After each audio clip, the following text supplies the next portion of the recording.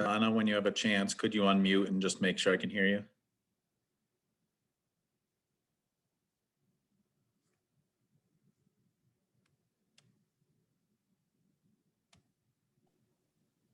Hi, this is Brenda. Hi, Brenda, I can hear you. Thank you. Hi, this is Donna. Hi, Donna, thank you. Marissa, can you check, make sure I can hear you? Check, check. All right, thank you.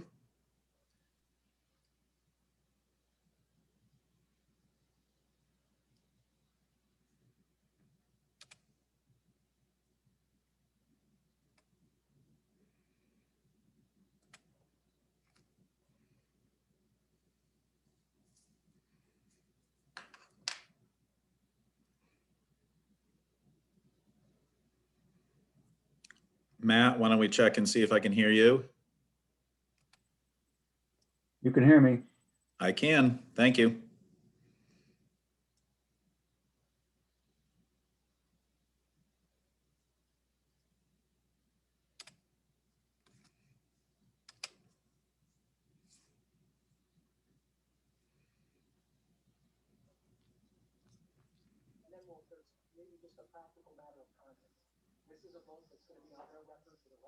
Marissa and Mike, if you pause the recording when you first get on, otherwise just know it's recording the whole time.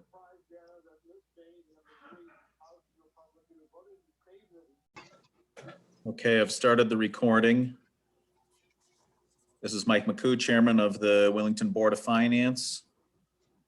Calling to order the meeting, the budget meeting of February 4th, 2021 at 7 p.m.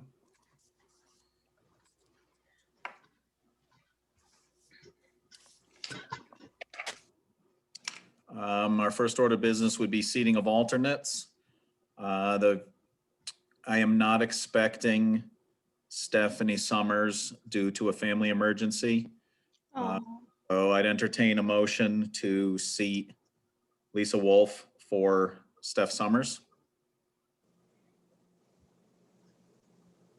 Can I get a motion somewhere for that, please? So moved.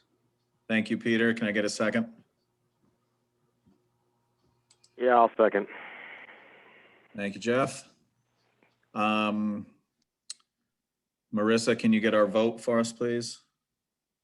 Jeff, Yes. Matt, Matt is out of the room. Pete, Yes. Mike, Yes.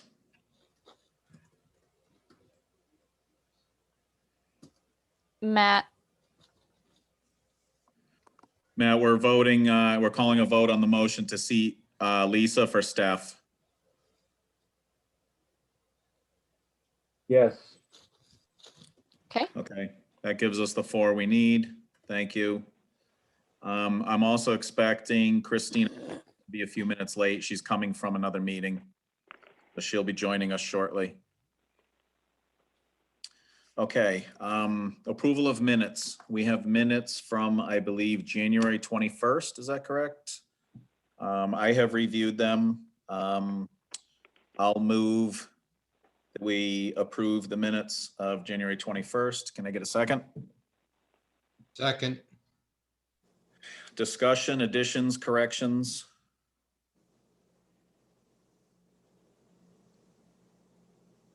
Seeing none, we'll take a vote.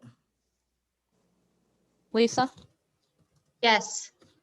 Matt, Same. Pete, Yes. Jeff, Yes. Mike, Yes. Okay, present to speak. Hang on just a second, I'm gonna move my screens here. Public participation is desired and encouraged. Speakers will be limited to time and appropriateness of comments to maintain progress, stay on topic, and maintain decorum. Having said my little speech, if there's anyone who's present to speak who has their camera on, we'll start with you first. Wave your hand and I'll call on you.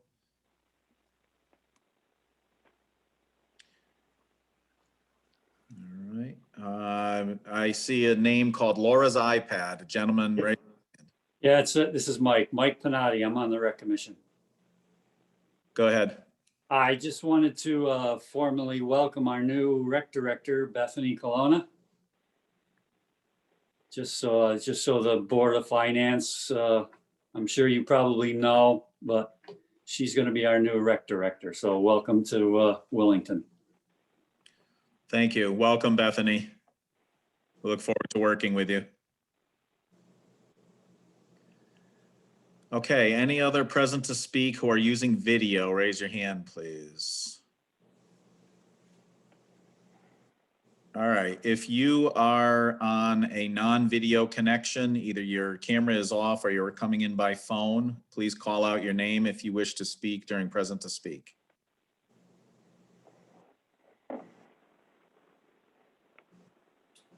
All right, seeing none, we'll move on to new business. I actually am here, Brenda Abrams. Oh, yes, please go ahead, Brenda. Okay. So yes, I've been asked to step on to the Board of Finance as an alternate. And I just wanted to kind of tell a little bit about myself Sure. and answer any questions that somebody might have for me. So I want to run for this because I think it's a great valuable opportunity to serve. I like meeting new people. I like volunteering. I like just being a positive impact in my community. I volunteer a lot in many different capacities. And as many of you might know, I did run for the Board of Ed once before, and I did lose by a few votes, but I think that the people of Willington overall like me, and I consider that very successful. Professionally, I lead a department where I work, and in that capacity, it's necessary for me to present budgets, and I'm also part of the marketing team where, you know, budgeting is has responsibilities there also. I think that I have great leadership skills. In addition, I've worked as an adjunct teacher at MCC for some time. I think I'm a good listener. I like working with other people. I like to hear all the facts before making any decisions. I think I'm personable and intelligent, and I would love to be a part of contributing to the success of Willington. Thank you for your comments. Unfortunately, based on how the rules work for meetings and present to speak, we can't really conduct any business during present to speak. But thank you for coming and speaking. I'd love to ask you some questions, but unfortunately, we can't really do that right now. Okay, So hopefully you will join us over the next few meetings, and we'll find a way to get in some question and answer. absolutely. Thank you.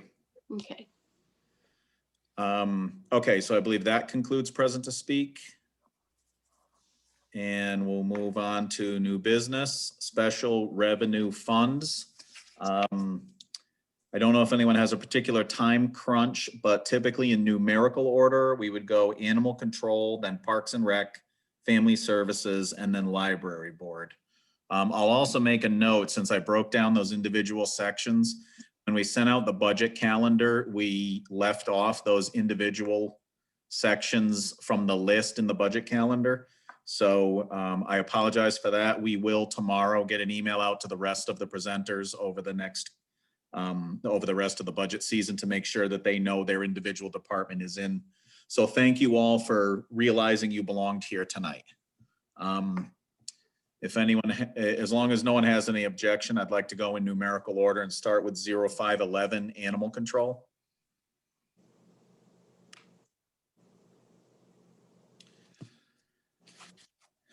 Do we- I hate to even ask you this. When did we get, can you just give me a date range when those were sent out in the email? This came in, I think it came in today. I got it today. Okay, all right. Yep. Do we have Tina? It doesn't look, I don't think we have Tina here tonight. Okay, I got it. Okay, so why don't we move, since we have Parks and Rec representation here, they would be the next one, 0512 Parks and Recreation.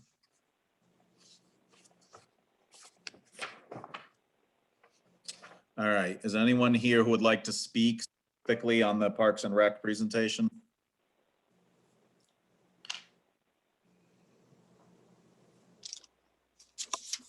Is there a reason to speak? Well, you have- sometimes people do like to give a little spiel and hit a couple of highlights. So we always offer that opportunity.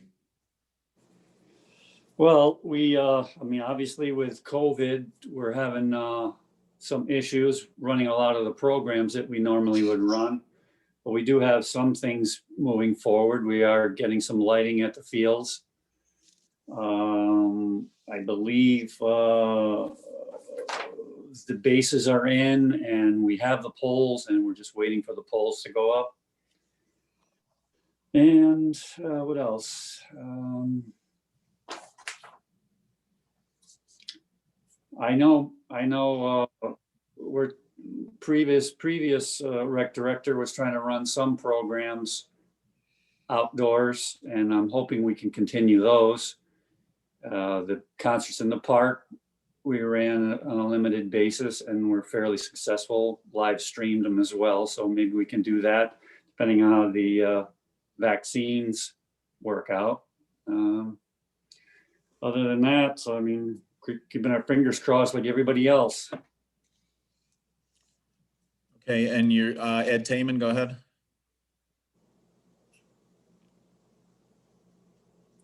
You're still muted. Eddie, we can't hear you. There we, Marissa, can you just note that Christina has arrived and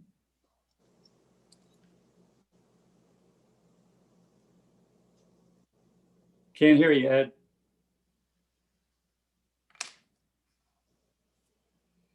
you're not muted on our end, Ed. I'm not sure if your microphone's unplugged or something. Shut off. And if you click on the speaker button that mutes and unmutes you, there's usually a little arrow above it. You may need to select a different microphone. No.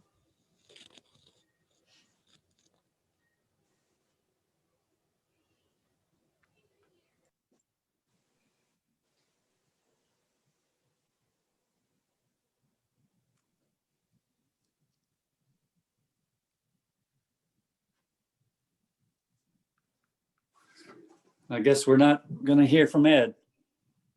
At the top of the agenda that was sent out, there should be a phone number that Ed, you could call in from a telephone and then speak and we could see you and hear you.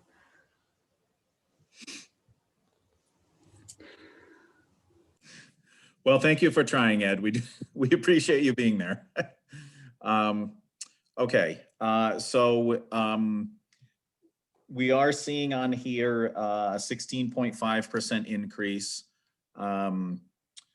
in the request, notably in your section for River Road Athletics facility, you're showing 103% increase. Are you able to kind of highlight some of that or help us understand? Well, honestly, my guess would be that that's a typo because they're looking at a 1900% increase in field maintenance. And I'm assuming that's gotta be wrong. No, I believe Maureen had spoke about that, if you don't mind. Yeah, Go go ahead, ahead. Erica. So Maureen had worked on this before she left us in late December, and that was the commission had discussed some maintenance in the field, taking care of the field aside from its typical maintenance, right? So I think this was fertilizing, bringing in additional fill on that. So that number was correct. And they just Okay. put it in their budget and not in CIP. And then the wages with the increase in minimum wage, that accounted for the wage increases. And then the field service, I believe that's going out to bid this year. So she used the same numbers as last year. Okay. Thank you for the help on that, Erica. You're welcome. Also, we usually have a discussion each year about what money rec has in their fund balance, how much that is applied. And obviously, this is probably a challenging year for how the income is typically produced from all the programs, since a lot of the programs simply couldn't run. But I don't know if anybody has any information they want to share on that. I believe we are looking at some projects, a storage unit for Halls Pond, a scoreboard for the town office fields, and we already completed some court repairs and pickleball lines for RRAC and some irrigation drainage maintenance for equipment. And our outlay was, I believe, 12,000. Our anticipated total outlay is $12,000, and our fund balance is 18,000. Is what I'm reading at the moment.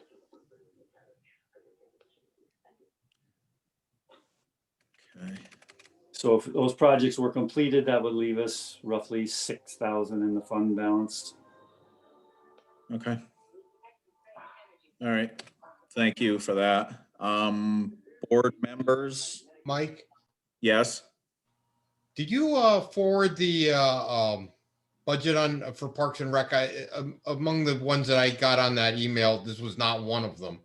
So I'm I thought I did. flying a little blind. Lisa's nodding yes. Lisa, you have it? Yep. It came in the email.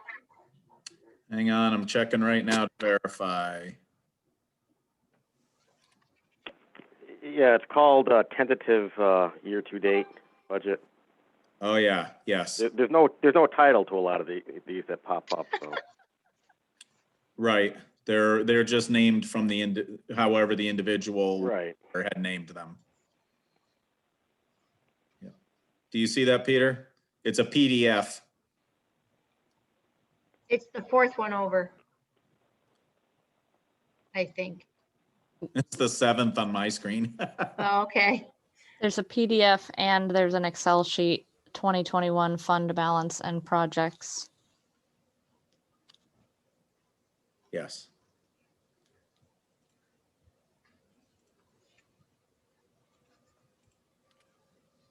And that actually does answer some of the questions that were just discussed. That is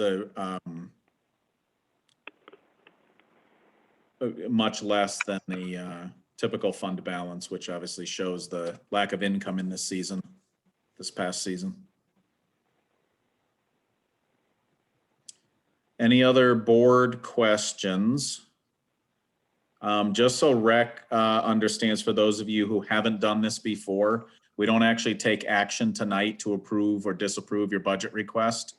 We review it with you, we ask questions, listen to whatever information you want to provide. And then as the budget season goes on further, after we've heard everyone's presentations, we look at our overall budget situation. We may come back with questions later, and we may, depending on what the town is able to approve, we may make adjustments at a later date. So don't feel good or bad that we don't take action on it tonight. It's our normal process to just receive information and move on for now.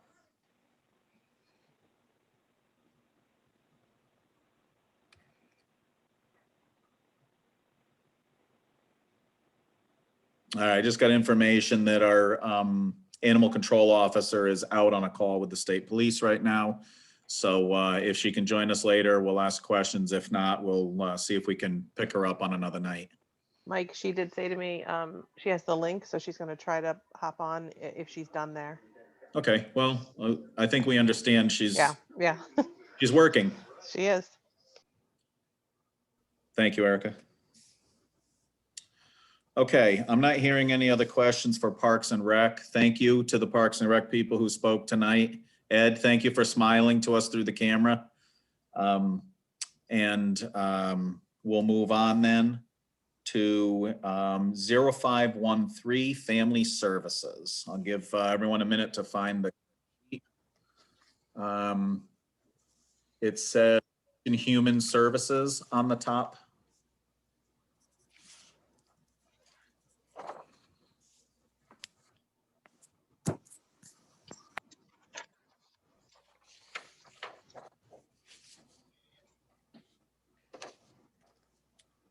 Okay, Jenny, do you have anything that you wanted to speak to on this? Yes, I do. Thank Hi, you. everyone. Thank you very much. I appreciate you taking the time to review my budget. And I'd just like to preface it with a very brief statement. The Department of Human Services is responsible for the essential needs of our residents. We offer assistance with food, heating, fuel, utility shutoff prevention, and holiday programs to provide meals and gifts to residents in need. We also assist with a prom dress program for income-constrained families, back-to-school supplies, renter's rebate for elderly and disabled renters, and we complete applications for programs such as food stamps and Medicaid. We also offer referrals and information on counseling, substance abuse treatment and prevention, and assist our seniors with securing Meals on Wheels and medical transportation. We also offer short-term crisis counseling and advocacy as requested. As you know, since COVID began last spring, it has impacted every aspect of our daily lives. This department's duties have increased to include mask distributions for residents, vaccine assistance for both flu shot and COVID vaccines for those who qualify, and outreach to residents who are otherwise isolated. Additionally, due to COVID and the soaring need for our services, I have also implemented monthly distributions for residents for food, household items, pet food, and other needs. Due to COVID, I have also had to change the mobile food share site to the town office building and change the model to a drive-through in order to keep clients, volunteers, and staff safer. That bi-monthly event requires a great amount of manpower to operate and oversee. This department does a lot with very little. The staff consists of myself and my 8-hour-a-week assistant. We rely heavily on volunteers, and a lot of what we do requires skill and experience to navigate social service systems, which only trained individuals can do. So I present to you my budget designed with the continuation of the COVID pandemic and the economic crisis in mind, and making what I believe to be fiscally responsible decisions, balancing the increased need of the residents for this department's services with trying to keep all associated costs to the town low. Thank you.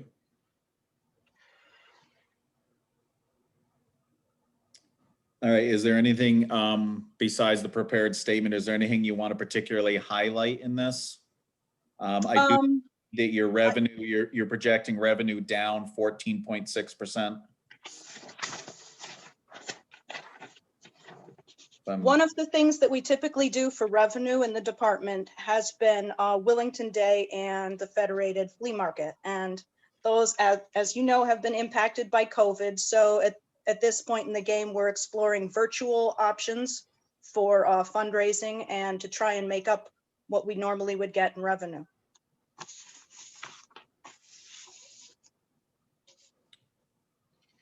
Is the summer camp projected down because you won't have it? I did not include it in my budget this year. I do not believe that it is the best use of my time during the pandemic. And based on the fact that my duties elsewhere have increased, I just took it out. Yeah, I don't know that everybody's going to be able to do it anyway, Absolutely. because It's they're not really going to get every- vaccinated till the end, the children. Everything is up in the air. Absolutely. Right. So Jenny, basically what you're presenting to us, the percentage math didn't carry through on the expense sheet, but what it looks like is you're essentially presenting a budget reduction of $13,537.59 over the current fiscal year. Is that correct? Yes, yes, it is. Expense reduction, and then you're showing a income reduction of 13,538. So basically what you're saying is expenses and revenue will be down about the same amount. And so you're essentially coming in at a zero. Yes, my budget is smaller. Yep. Where is, I'm looking on here, so where is direct payments, transfer payments, or direct cash assistance, or direct assistance in these line items? I'm sorry, I'm not really sure what you mean by that. Money that we give to people. Do we give any money to people? No, no, no, no.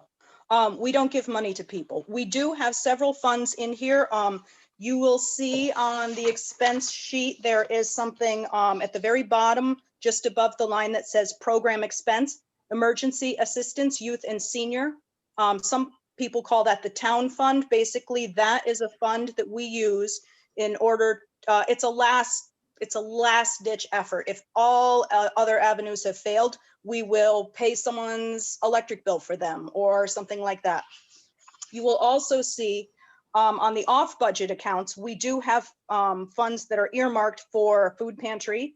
The housing assistance I don't use, the holiday assistance. The other one we use is the fuel fund. And furthermore, I think it's noteworthy to mention that this current fiscal year, I was able to obtain a $2,000 grant from the Neighbors for Neighbors Fund. And that money is exclusively for assisting Wellington residents with their electric bills for families that have been impacted by COVID.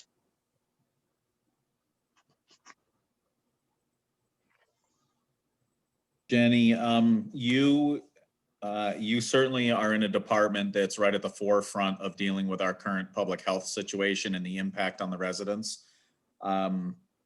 I am in no way looking to find a reason to spend more taxpayer money, but I guess I would just say, are you comfortable moving forward with this budget? Yes, That you will be able to accommodate what we still believe anyway is the need to handle the next few months of this. I do think so. Okay. Mike, can I Yes. ask a question? Of course. And so in 22-23, when Jenny comes back because she wants to, because the necessity is there to do the summer camp, will we remember that that increase will have to go back in? I will. Okay, good. And That's all I and wanted to know. If it is summer camp, then there will be at least somewhat of a balancing, if not balancing, there'll be somewhat of a balancing increase in revenue also. Okay, Won't be as if she's asking for a budget increase of $13,500. okay, She'd be asking to adjust probably expenses and revenue to, and maybe in balance, maybe not, but, right? Jen? okay. Just about, yes. Yes, okay. But that's a good question, Lisa, because people do sometimes say, well, what's the big increase this particular year in your expenses? Yes, And I think that's very fair for us to recognize this is unique. thank you. Christina? I'm just trying to remember if summer camp was split down the middle between rec and human services, and they kept it in their budget. So not what should we make of that? Good point. I'm not entirely sure. I honestly don't believe it's the best use of my time. I believe that I'm needed elsewhere, and I believe that the role that I have within the town is more along the lines of helping people. Now, if rec wants to continue to run summer camp, I think that's wonderful. I think that summer camp is very valuable. I think it's necessary, but I don't necessarily think that it's my wheelhouse, especially at this stage in the game. So if they were to continue doing it, then they'd actually need double to pay all the staff salaries than what they put in their budget. That's all I'm trying to understand. Or if they decide not to do it, they can cut out. I forget, I think it was around $10,000, but It says 18,198 for the year, 80,009, 80% increase. Oh, that's summer camp wages, sorry. Good question, Christina. Is there anyone anyone from rec who would like to comment on that right now? Realizing that we have new rec management, so this is probably hitting the ground fast here. Bethany? Yeah, I can't quite comment on it just yet. I just started yesterday, so I'm still getting the hang of things. Hopefully in the future though. All right, if you have the opportunity, even if you could communicate, if you were willing to communicate something back to me as board chairman, I could share it with the board, or feel free to attend a meeting in the future. Yeah, I think we would have to do a meeting in the future. I know Joe from the commission was going to try to speak tonight, but he was on the road and had other commitments, so. Okay. Thank you. Board comments, questions? Yes, Mike. Yes, go ahead, Pete. I have just one question for Jeannie. Looking at the budget, it looks like although the budget's flat, you're asking for a small increase from the general fund for your budget. Is that correct? 7.9% or something? Mhm. Okay, that's just all I want to clarify in my own mind. Thank you. Yep, thank you.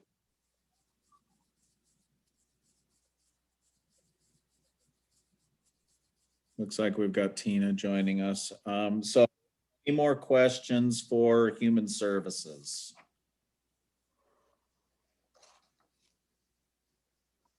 Okay, thank you, Jenny. Thank you. Tina, are you able to hear us? I see you just joined us.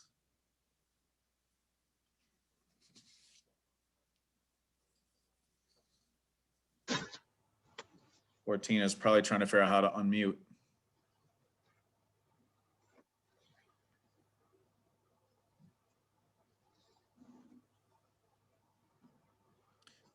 Houston control to Tina.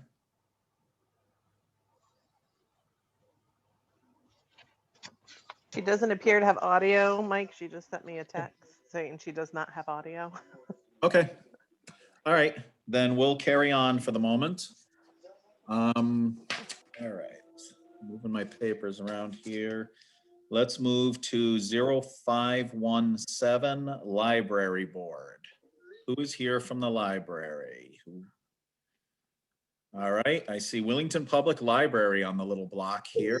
Yes, I happen to be on their Zoom site. My name is Karen Ann Caldwell. I am current chair of the library board, and I do have a statement that I would like to read. It was forwarded to the board members, but I would like to read it while we're here. All right. So thank you for allowing me to come, dear members of the Board of Finance. I understand that the board requested a 0% increase in the budget for the next fiscal year, but the Willington Public Library cannot sustain itself on a 0% increase. For the past 5 years, the budget for the library has barely changed. 1 year, the library budget actually decreased. If the budget over the last 5 years had increased by even a small COLA of 1.5%, the current year's budget would be at least $8,000 greater than it is. And if it were linked to the consumer price index, it would be greater by almost 10,000. Neither of these is the case. And as a result, the library has run a deficit every year for the last 3 years. Moreover, these numbers do not take into account several other factors. The state minimum wage has increased by 30% in those years, from $10 an hour to what will be $13 in the new budget year. The building is now approximately 15 years old and is beginning to show signs of wear and tear. It requires greater maintenance than it has in the past. For example, up until recently, the maintenance for the elevator has been covered by a contract, but now there are repairs that need to be done to keep the elevator up to code that were not part of the maintenance contract that are coming to almost $5,000. 3, no employees of the library other than the director have ever made greater than minimum wage, regardless of experience or length of employment. Currently, library employees who have been working in the library since it opened are making approximately 10% less per hour than the lowest paid employee at the town offices. This from information we got from people in the town offices. 4, these low wages have made it difficult to hire and keep library directors, as Wellington Library is considered to be the lowest paid directorship in the state. Oh my This has resulted in a turnover of 4 directors over the last 5 years, including a 9-month period where there was no director. Other town officials have gotten pay raises. It is my understanding that several years ago, Parks and Recreation got a 19% budget increase to provide 1 employee with a pay raise. Meanwhile, the library currently has not gotten anything except the minimum wage increases, and we have lost employees. We now have only 6 employees, down from 9. 5, the library has not been up to code in technology since it opened. There is not a single server holding the main programs. The programs have been spread over multiple individual desktop computers. Until recently, there was no firewall protecting the equipment. The library has not been compliant with CIPA, that is the Children's Internet Protection Act, a federal requirement for any public institution serving children. The firewall alone will now cost the library approximately $2,500 a year. Internet fees are another $3,000, with an update cost of almost $2,000. In addition, there are charges for upgrade to both hardware and labor to achieve these changes. The cost of these improvements, standard maintenance, and a decent wage for all employees requires the library to be better funded by the town. In the past, the Board of Finance has said that the library should cover these costs with money in savings and investment, which has been done to cover shortfalls in the last few years. There are, however, problems with this. 1, using savings and investments to cover shortfalls cannot last forever, as the revenue from these accounts is not what is being used, but rather the principal. Over time, if we continue to dip into these funds, eventually they will run out. 2, more importantly, these funds were never meant for the day-to-day running of the library. These monies were donations earmarked for specific uses. For example, the largest account is earmarked to finish the downstairs and create a children's library. Instead, the basement is being used as storage for things that do not even belong to the library. The town has furthermore talked about taking what space it has finished downstairs and giving it to Parks and Rec. Personally, I believe, and I speak as a Wellington resident as well as the library board chair, that the situation at the library has become dire. The town needs to seriously look at what it is willing to budget to keep the library open and running. The current directors have done everything in their powers to decrease costs, but it is not enough. A budget increase from the town is not a request, but a necessity at this point. Sincerely, Karen Ann Caldwell, Chair, Wellington Public Library.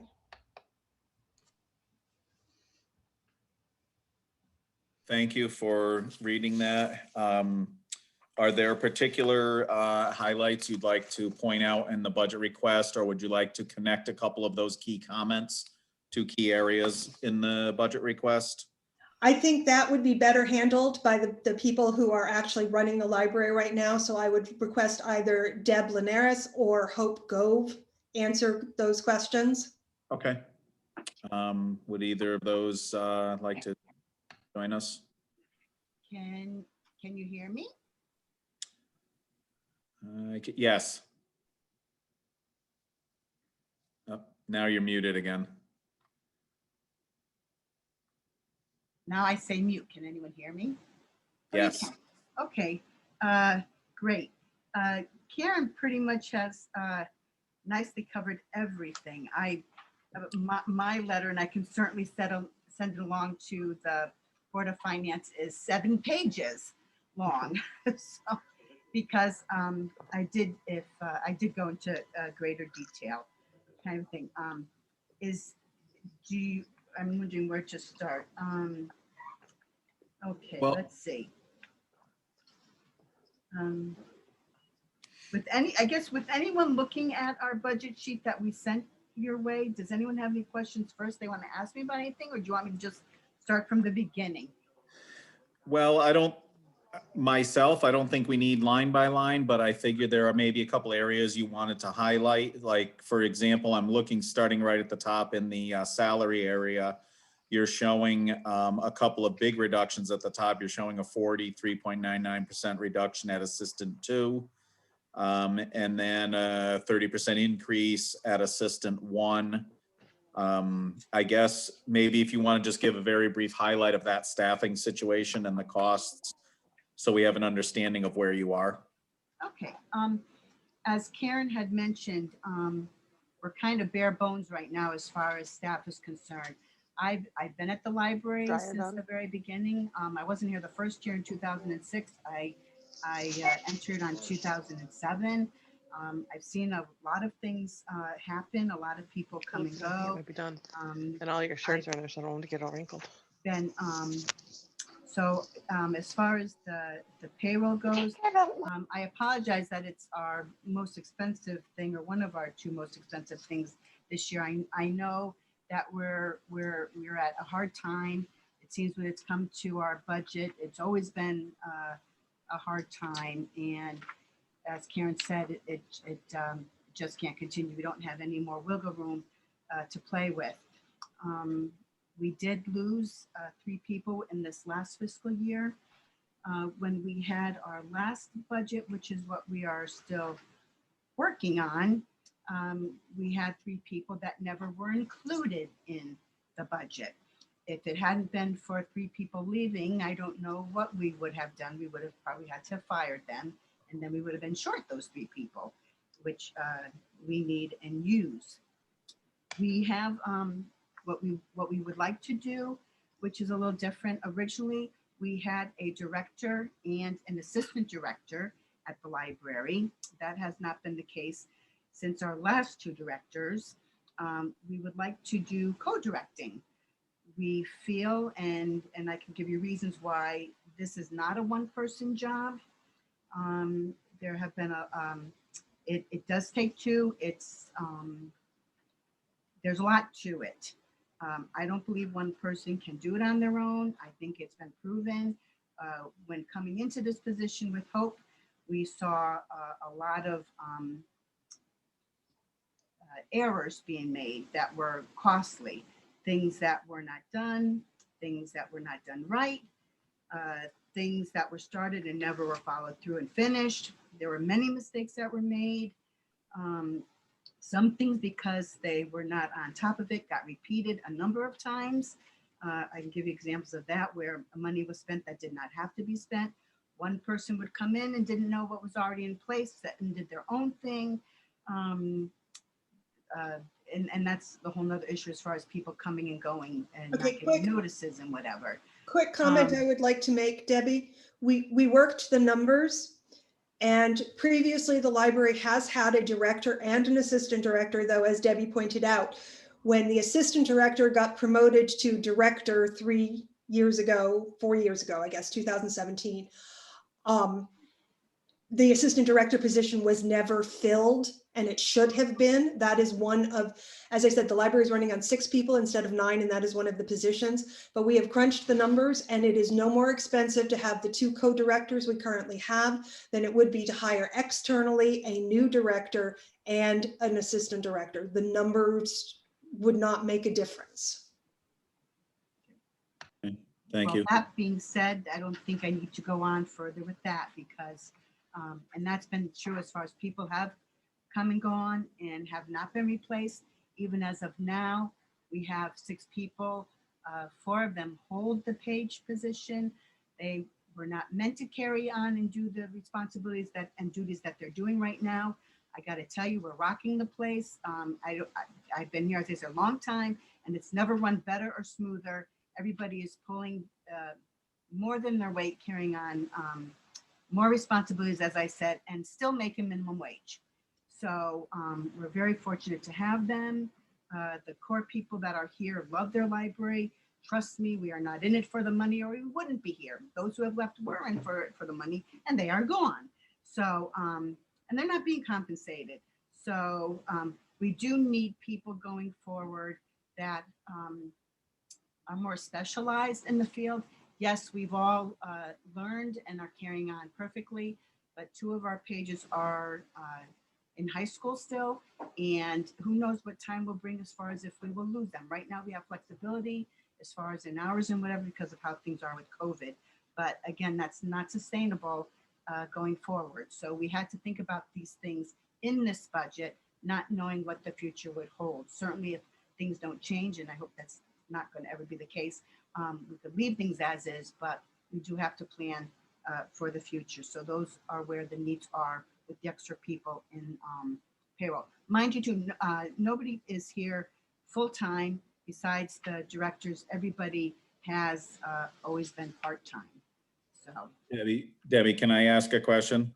yes, please. Thank you. So your $70,000 increase in the bottom of administration is a mix of adding the co-director that filled the empty assistant position in the position that's been empty for a while, and it's also some other add ups, some increased professional legal, stuff like that. And health insurance. So I'm assuming that the co-director, the second director, adds to your health insurance expense, right? Well, actually, what I can say, if Hope and I stay on as co-directors, and our board is aware of this, we will not need you to supply us with insurance of any kind.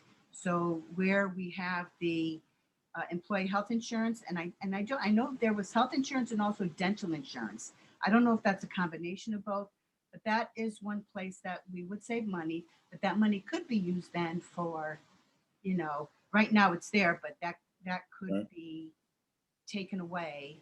Understood. And kind of help that hurt, And the large increase in health insurance is actually because the person who was collecting health insurance as the director left in the middle of actually not even the middle of the fiscal year, 3 months into the fiscal year. And after that, health insurance was not paid. So it didn't cost much last year. Right, Lisa, go ahead.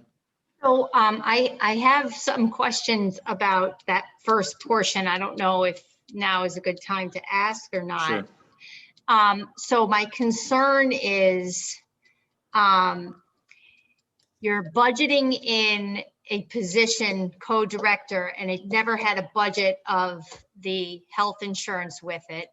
And you're telling us that you don't actually need it. It would be a real loss if we lost you or Hope. However, we can't go with you not needing health insurance. If you want to have a position, how are you going to be self-sustaining with offering the health insurance? So in other words, when the library was built, I was on this board and the intention was to be self-sustaining. It was a really big bite for Willington. And then what the chairman of the Board of Finance said at the time was you probably shouldn't be dipping into your reserves to be self-sustaining. You really need to understand what your expenditures and your revenues and how the town is utilizing the building so you can be self-sustaining. So my concern of you adding in a co-director and the assistant one's income where it wasn't prior, clerk 2 and clerk 1. You never had clerk 2 or clerk 1 budgeted. So I guess what I'm saying is, are you open more hours? Are you offering greater programs? Do more people from Willington come and utilize the building to justify these changes? I do think it's a real shame that everybody is at minimum wage or not where they should be based on the cost of increase or the living increases. I do think that that's catastrophic. I do. But again, this business is, it was put in place sort of like, we're giving you the building, you have to figure it out. And unfortunately, that's where, that's where it's at. But I wouldn't budget a person in if you couldn't put health insurance with it. That doesn't make sense to me. Well, none of us have ever had health insurance except for our director. So, but how do you offer a job without health insurance? You say there's Well, just no that's the health only- insurance? That was the only full-time job though. No, that is not true. The assistant director was full-time as well. Oh, okay.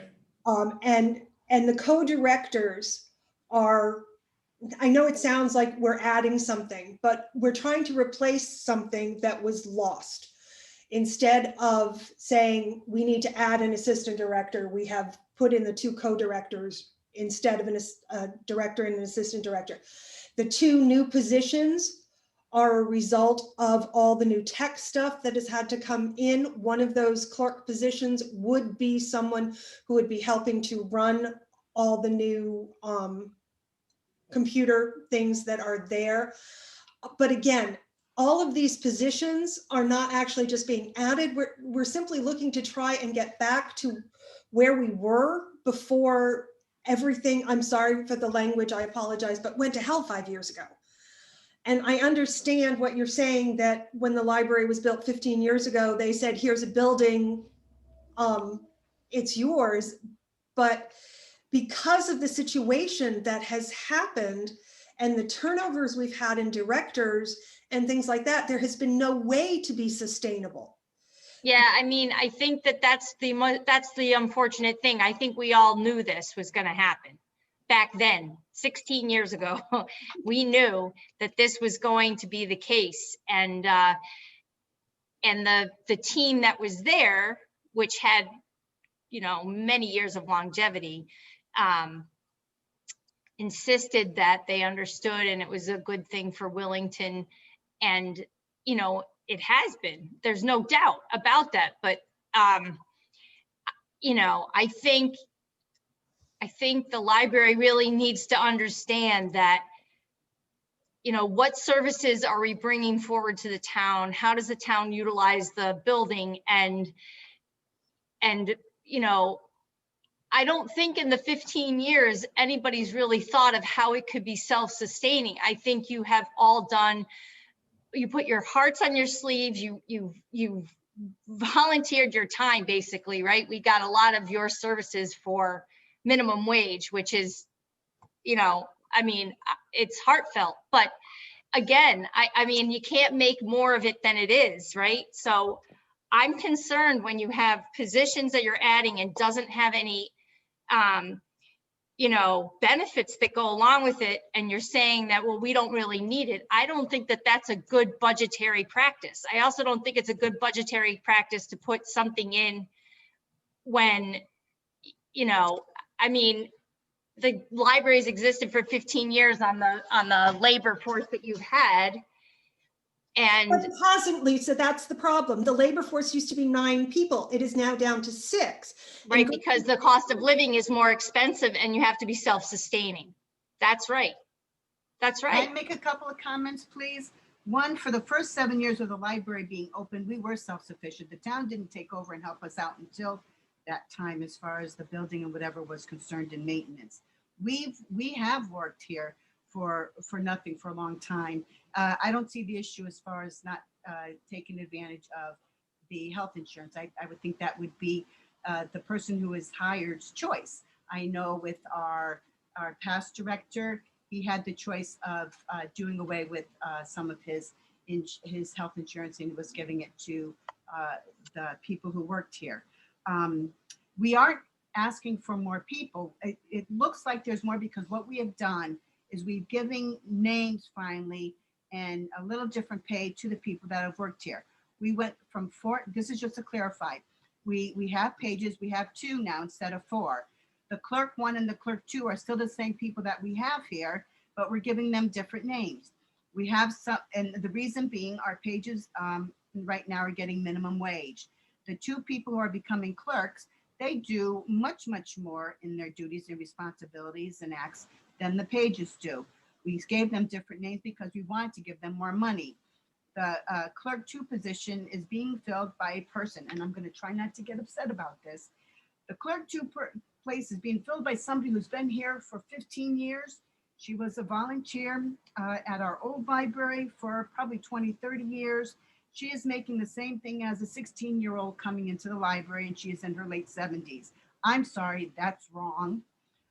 So we were just wanting to get more money for her because, one, she deserves it. Just longevity, commitment, dedication, not to mention experience and knowledge and workload. That's why we decided to not make it a part of the page name and price, because that's it. Same with the first clerk. It is someone who is older, who takes on more, does more, wanted to give her somewhat of a raise. So it's about giving these people a little bit more money, not a heck of a lot more money, and not even looking for more people. Your assistant one we had, and they left. That's what we do need to fill. The assistant 2 is the programmer. That is myself, before I was helping out with doing the code directing. So we're really asking for a second co-director, which would be, as Karen said, our assistant, who we lost, never got back. And you got to think with what we have been getting paid, and I can attest for myself, we do have many multiple jobs. So certainly we should be entitled to that money. But we do need a second co-director, which would be the assistant director, and we do need to get our assistant 1 director back. As far as the assistant 2 with the programmer, that is something that we have thought, and even still I take on, not that I want more to do because there's enough to do, but that is something that we were thinking as a team, we would work on that together. So it could be 2 people, 3 people, yes, but that's why it looks like there's a lot of people, but we'd like to, at least get 1 more person, 2 people in if we can. And as for the library being self-sustaining, that would be a goal for the future. It would. But until there is some stability at the library, until we have a director that stays more than 6 months, or we have breaks where there's no director at all, so things are in chaos. Every time somebody new comes in, things get changed, and it's not always for the better. Until there is some stability in the library, there is no way for the library to become self-sustaining. We need to be able to have a base to work off of, and over the next few years to start creating a revenue stream that would allow us to decrease what we're asking from the town. But we can't do that right now. And granted, we're in the middle of COVID, so the library use is down right now. But Deb looked up the numbers, and there are 4,142 library cards issued to people in town out of a population of 6,000 and something. So that's saying 2/3 of the people in town do have library cards. The annual library visits are over 30,000 visits a year. People are using the library. I do agree that the library is not being utilized as well as it could. One of the reasons I joined the library board is because I came from a town that was 90,000 people, whose library was really no bigger than what we have here, but was much better in terms of being utilized. And I was hoping to be able to get on board and help with some of that. And so it would be nice if the library could become self-sustaining, but it can't happen right now, and it can't happen until there is some stability in the library personnel. Can I ask a question too? When you folks say self-sustaining, what exactly does that mean? Is that where, when you talk about we have to bring in revenue to pay for our own bills? Because I was always taught here, and it was always a practice, and I say this because I've done the programming, that we, because the taxpayers pay for the library, we cannot charge people for the use of the library or for programs that are done. We have at times taken out a donation jar when we do programming, but I was always told and had to maintain that we could not make revenue, because the taxes took care of it. Can someone explain to me? The taxes have to be there to take care of it. Differences, like. So I don't know, other than Lisa, who was on the Board of Finance at the time, I don't know that we have the exact history. Certainly there's going to be a trade-off. If you were charging for certain things, then there would be the possibility you would be looking for less of a transfer from the general fund on your revenue page. And that's what they're looking for, Mike? Is that's what? Well, I think that was the concept that was thought of, was that there would be no transfer from the general fund at one time, that the library, whatever income the library produced, would cover its expenses. But again, I wasn't there at the time, so I don't know that history very well. I guess what I would say is, so we don't get too bogged down just in the first section. You've explained the salary area very well. Certainly in the next section of your budget, there's a 22% increase in building, which is clear. Some of it was described in the introduction about the elevator, things like that. What I think will be the most difficult thing for this board to deal with, in my mind, is the bottom line is you're looking for a 48% increase in the money from the town. And it may all be very justifiable. This is not I'm not making any judgment on the value of the library or of the request.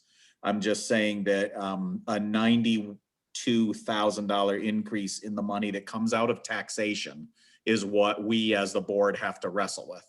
And we understand that, but go big or go home.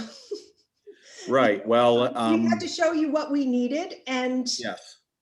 And Yes, that's what we had to do. There's no judgment on you bringing what you believe is the truth to us. That is not, I have no problem with that for my one vote on this board. I have no problem with you bringing the truth to us of what you think you need. I just want you to understand that and I know you're all very smart enough and you've been involved long enough to understand we have to find that $92,000 additional. Oh, we understand that completely. We do. So don't worry about that. We understand completely. Other board questions for the library group? Yes. Peter? This is going to be a little simpler. Why is there a 400% increase in internet service? Because our internet service was, it's not up to speed. It never was. We had an IT consultant come out and went through everything. People were having a problem as far as the internet being slow, our computers being slow. So we had always been thinking it was the computers are old, and they are old. We have quite a few that are actually 15 years old that we are still using at our circulation desk. We have patron computers that are, most of them are 7, 8, or 9 years old. So we had somebody come in, we were able to get a grant. We had someone come in and figure out what we could do to offer better service, faster service. People come into the parking lot when we're not open and use it. And come to find out it was our infrastructure. It's kind of been a Band-Aid kind of a system. What you would do like in a home system, setting up, not at all for a business. It could not take on, it doesn't take on what it is that it needs to be for how it is used. So seeing that it was done wrong from the beginning, we needed to start from scratch and from the bottom work its way up. We, for example, didn't have a firewall. That's mandated by state. We had other mandates that we didn't meet, but the actual internet itself, and it's weird because we did have a grant quite a few years that was given to us to take care of our fiber. And the thing is, because we're not set up right, it has been of no good use to us. So we do have something in place. It doesn't work right because we don't have the basis for making it work correctly. So we had to start fresh and from the beginning again. And that's another thing too. Okay, thank you. It's we need to have that kind of. That's all I needed. Thank you. Lisa? That's where we want to grow. We know we need to reach more people with the technology, and that's where we're lacking. I have a question Lisa, go on ahead. legal and professionals fees. It went from 1,000 to 4,100. Yes, it did. And We've had major- what is it that you? We've had need? major legal issues in the last year around the issues that came up with the library last year. So we have had to pay the town lawyer quite a bit, and those issues have not been resolved yet. Okay. So this is probably not going to be something that's going to last, but we are currently in the middle of some severe legal issues. Okay. Okay. And then the elevator, Mike, and Debbie, I'm sorry, it just says Wellington Public Library. I don't know. Karen, What is it? Karen, Karen, sorry. Is there regulation that says that the elevator, you must have a working elevator with 2 floors when you don't have anything in the basement? but Like, there in is other words, something, the conference room and the common room are in the basement. right. And so, yes, because there are rooms that could potentially be used, we must have a working elevator. So if you didn't have a working elevator, it would be that you would just have to not use the basement of the library, right? Or you could go down through the downstairs, right? I mean, what I'm asking you is, there are some buildings that are regulated so that you cannot even operate the building without the elevator. I don't think that's the case with the library, just so I'm aware, just so I know the urgency of the, It does have to be ADA, you do have to have things wheelchair accessible. And we use actually, the community room and the conference room is used more than any room probably in the building, and not by just the library, but the town. We have meetings that are held there all the time. yeah, okay. Okay. I mean, I understand for then- fire reasons and life safety, you have to Yes. have that, but I wasn't sure what the regulation was surrounding it. Okay, I'd like to corral the conversation a little bit. I can answer for one thing, that building does require ADA compliance, and it does require indoor ADA compliance. Going around the outside would be a violation of the, Oh, okay. based on it being public and how new it is. So the elevator's got to get fixed. Right, so I think Matt's been trying to get my attention for a while. Where he was on the screen, I wasn't seeing him, but I did see him wave his hand. So Matt, when you are ready to jump back in. Hi, sorry, I was missing your hand for where you are in the tiles on my screen here. My questions have already been answered. Oh, okay. Sorry, I missed you. Other board questions on this? I do have one more. There's miscellaneous that went up from $250 to 700. Basically because we spent more than 200 last year. Miscellaneous is just to cover expenses that have, okay, which, just out of curiosity, let me look at the budget as to which line we're looking at.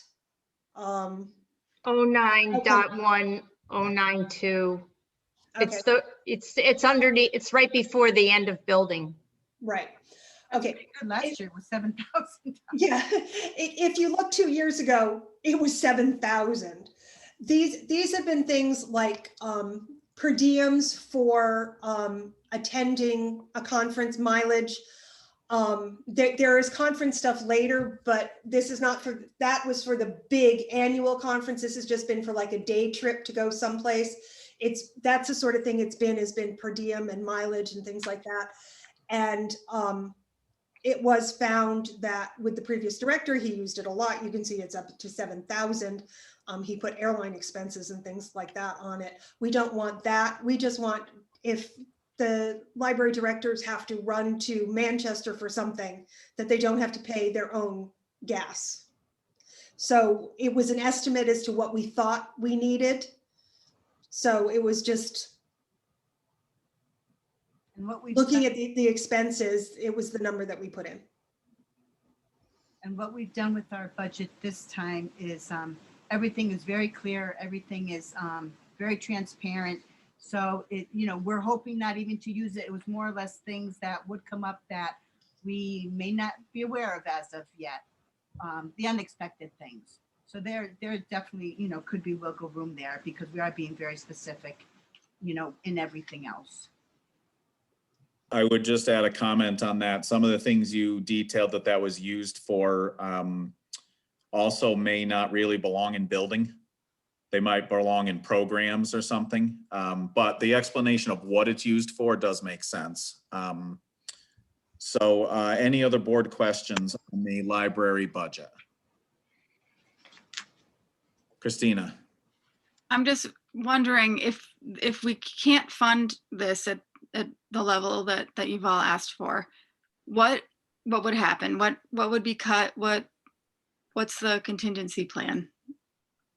Well, the two new positions that we requested would be cut, and we would simply expect people to cover things that they're already covering.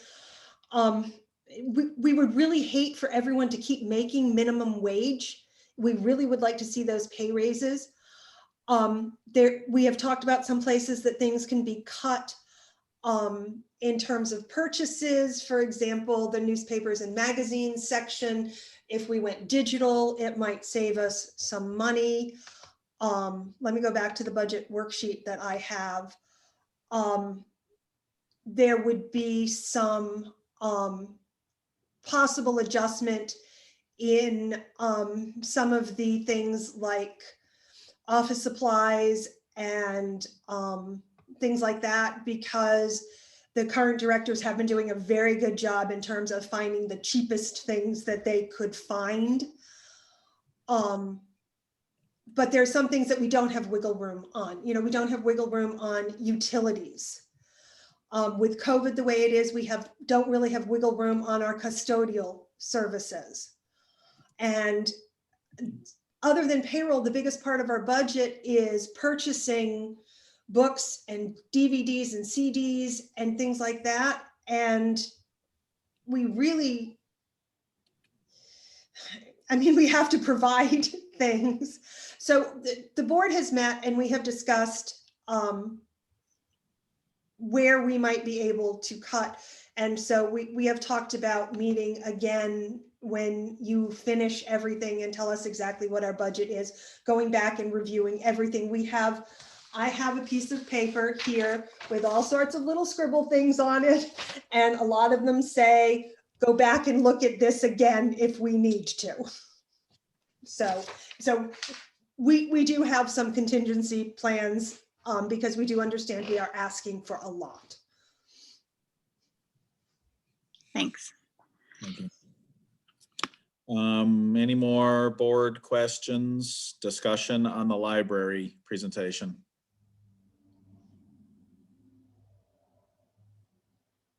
Okay, thank you, Karen and Debbie, for your time and for answering our questions. Thank you very much for listening to us. I appreciate you giving us the chance. Yes, thank you so much. Okay, I believe Tina is going to try to join us again. So we'll go back to 0511 Animal Control. Try this again. All right. How are you this evening? Good, how are you? Oh, good. So yeah, I have a pretty flat budget for this year. Very minor changes.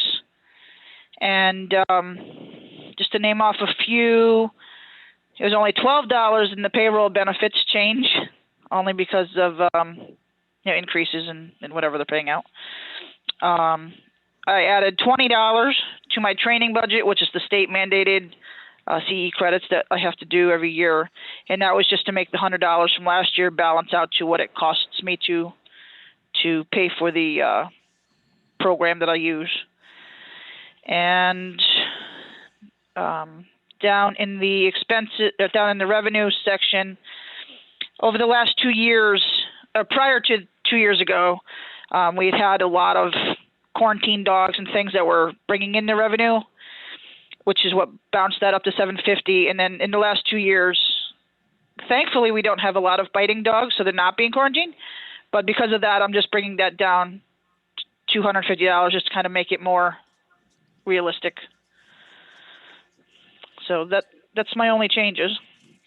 Okay, so you're showing basically a 1% increase of $282 coming from an increase in taxation.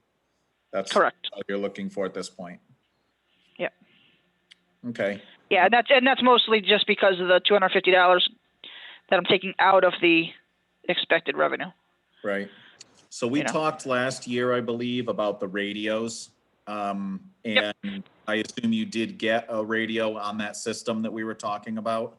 I did purchase a radio. We're still waiting for the actual dispatch program to take flight. Okay, so So you're that- not, it's so not I- functional yet. It's not functional yet. I can, with the radio I have, I have portable, so I can talk to fire department and DPW on the state radio, Mm-hmm. but I don't have dispatch program operating yet. Okay. So we're still waiting. Okay, so we're seeing an expense right now. It looks like you've paid about half of the year of that. We see $1,818.95 has been expended on the TN Communications program. Is that the service fee to the dispatch center? No, that's actually just the radio. Okay, so what remains of the $3,500, that would be what would go into the service fees once you're up and running? Correct, if that were to take flight now, yeah. Okay, understood. Thank you.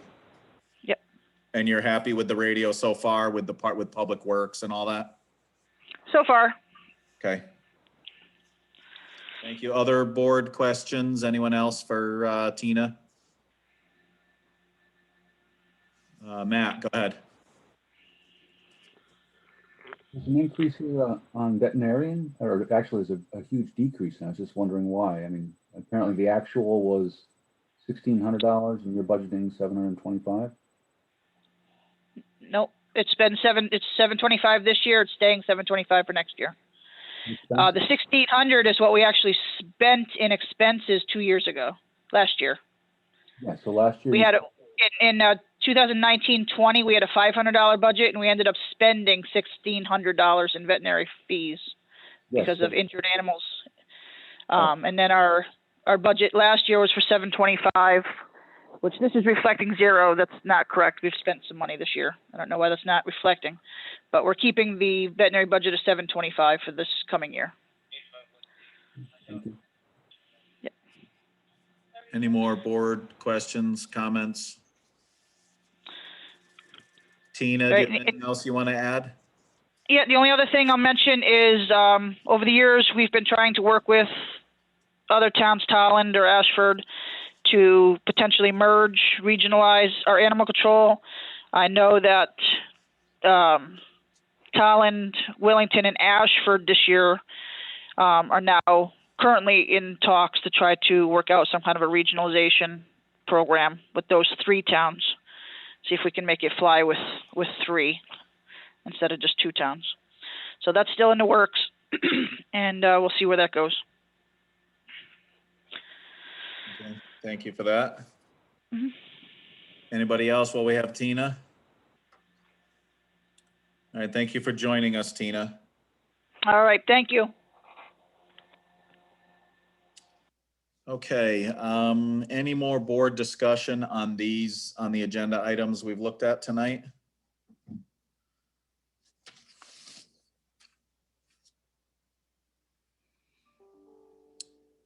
I'm not seeing, I'm trying to make sure I'm looking at all the tiles here. I'm not seeing any raised hands. Okay, so that concludes new business. Correspondence, you board members, you have it in email. So we'll go back to speak again. So anyone who is has their camera on who would like to speak and present to speak, please wave your hand.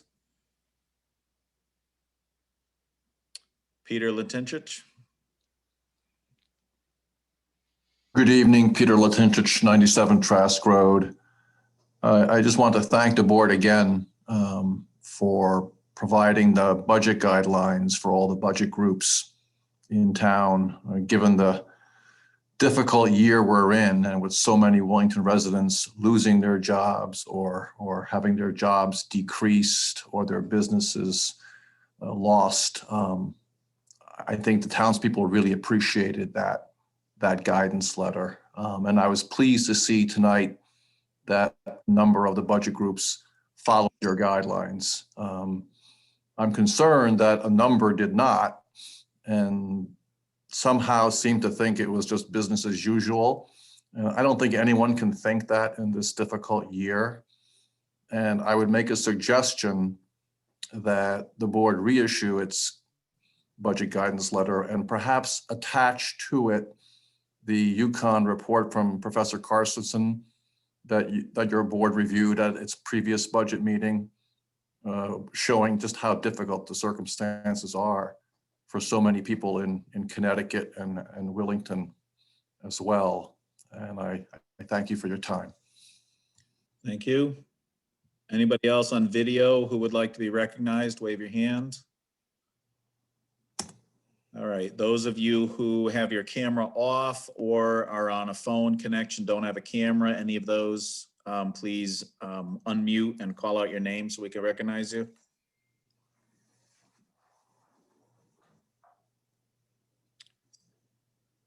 Okay, I don't believe we have any. That puts us on to good and welfare. I just wanted to make a comment. My good and welfare comments at the last meeting did motivate a few board members to reach out to me to make sure they understood what was motivating those comments. And some people were curious if they had done something that had offended their board members. And so I will clarify, my comments at the end during good and welfare were probably 10% based on how we conduct ourselves in the meetings, that I want to make sure that we're being respectful to each other. We're all putting in a lot of time and volunteering our time. And I strive to keep us, despite this being something we're all very committed to and can be emotional about, I strive to keep us on task and respectful of each other's opinions, because all of our opinions really do matter. As a matter of fact, I often learn the most from the people who I don't agree with. So I want to make sure we can get those disagreements out in a professional manner. But the other 90% of that was really motivated by the two significant email conversations that happened over the last couple of months. The emails related to a previous alternate member's status as to whether they were a member of the board or not. And that problem, I believe, is resolved. And the other one was the email conversations around how we're handling the minutes and the videos. So I hope that clarifies what I was going for. I just want us to be working well together and respecting each other because we have a lot of hard work to do. And I think the townspeople expect that from us. So thank you for your understanding. Hopefully I've clarified that. Any other good and welfare comments? Hope everyone is maintaining, being careful and staying healthy. The good news is infection rates are going down. So let's stay diligent and keep ourselves healthy and get through this budget season. And hopefully we can start meeting in person again soon. So if that's it, I'll, I guess Move to adjourn. Peter has moved to adjourn. Do we have a second? I'll Please. second. All right, all those please say aye if you are in favor. Aye. Aye. Aye. Well, looks like the ayes have it. Good night and thank you, everybody. Bye, Mike. Thank you, Bye. Mike. Thank you.